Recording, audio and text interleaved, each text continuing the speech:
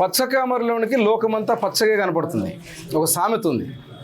ఇది 40 ఏళ్ల చరిత్రలో ఇంతవరకు పులివెందులలో ఎక్కడ కూడా స్థానిక సంస్థలు ఈ రకంగా జరిగిన దాఖలాలే లేవు. ఇంటింటికి తిరిగి ప్రచారం చేసిన దాఖలాలు లేవు.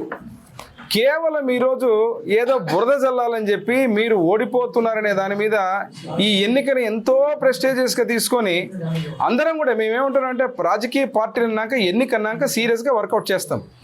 దీంట్లో గతంలో మీరు గుర్తు చేసుకుంటే కుప్పం నియోజకవర్గంలో కూడా మీరు ఇదే రకంగా ఆ రోజు ముఖ్యమంత్రి గారి నియోజకవర్గానికి వచ్చి విపరీతంగా మాట్లాడి ఆ రోజు మేమందరం కూడా అదే చెప్పాము. అయ్యా, బయట వ్యక్తుల్ని బస్సుల్లో తీసుకొని వచ్చి సంబంధం లేని వాళ్ళతో ఓట్లు ఇచ్చారని. ఈరోజు మీరు సేమ్ వాదనని తెచ్చి మీరు చేసిన పాపాలని మా మీద రుద్దాలని చూస్తున్నారు. ప్రజలు పిచ్చోళ్ళేం కాదు. ఈరోజు ప్రభుత్వం ఉంది, అక్కడ పారదర్శకంగా ఏ రకంగా మీరు దాడులు చేసి మా ఎమ్మెల్సీల దగ్గర నుంచి మా నాయకుల దగ్గర నుంచి అందరినీ అరెస్ట్ చేసి తీసుకుపోతున్నారు. అక్కడ మీరే కాదు, కేవలం ఏంటంటే ఏదో అఘాయిత్యం చేయాలా, ఆ అఘాయిత్యం చేయడం వల్ల ఏదో జరిగిపోతుంది. మేము ఓడిపోతున్నందుకు మాకు కారణం కావాలి కదా. పులివెందుల లాంటి మా యొక్క నియోజకవర్గంలో ఒక జెడ్పీటీసీ స్థానాన్ని నిలబెట్టుకోలేకపోయినారంటే మేము ఓడిపోతున్నామంటే దాని అర్థం ఏంటి? ఏదో కారణం కావాలా?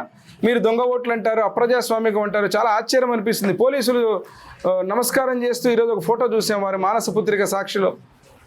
అది సెట్ చేసింది మీరే, ఫోటో కొట్టింది మీరే.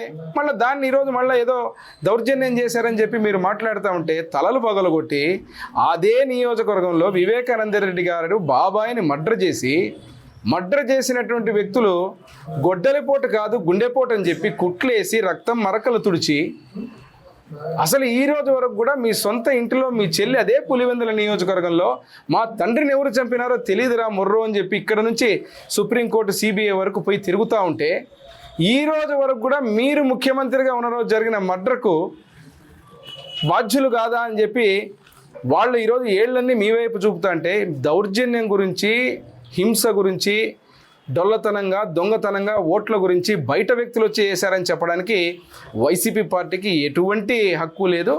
ఈరోజు పారదర్శకంగా జరిగిన ఎన్నికలో, ప్రజాస్వామ్యబద్ధంగా జరిగిన ఎన్నికలో ప్రజలు తీర్పిచ్చారు. రేపు చూస్తాం ఏమవుతుంది, ఏం సంగతి అని. ముందుగానే ఇదేదో అంటే దానికి చేతులీలు ముందుగానే ఎత్తేసి దానికి అఘాయిత్యం మీరు చేశారు, దొంగ ఓట్లు అని చెప్పడం అనేది దారుణం.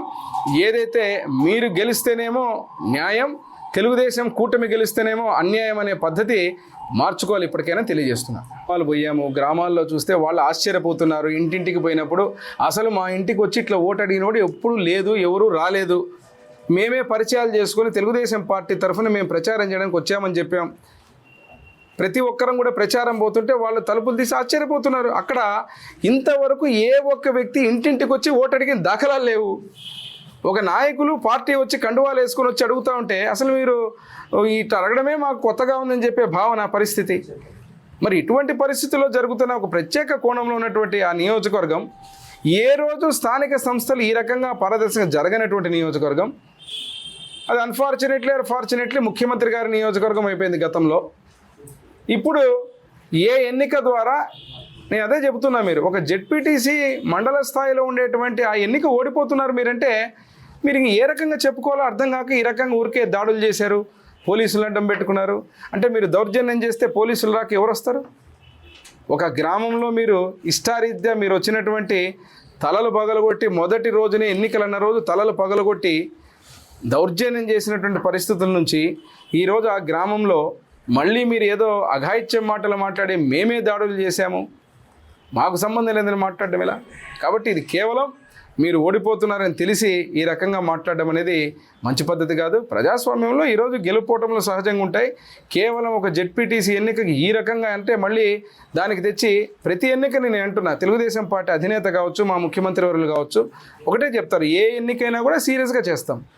ఎన్నికలాగే చూడాలా. కుప్పంలో ఉన్నప్పుడు మేము పోరాటం, మేము బాధపడ్డాం, మేము చెప్పాం, సాక్ష్యాలతో పాటు చూపించాం. ఆ రోజు ఎలా ఓటర్ స్లిప్పులు మాయం చేశారు, ఎలా బస్సులు వేసుకొని బయట జనాన్ని తెచ్చి లోపల చూపారని మరి ఆ రోజు ఇదే వైసీపీ మాట్లాడలేదే. మరి ఈ రోజు మీరు ఏదో బయట నుంచి వచ్చారు వ్యక్తులు అని చెప్తున్నారు.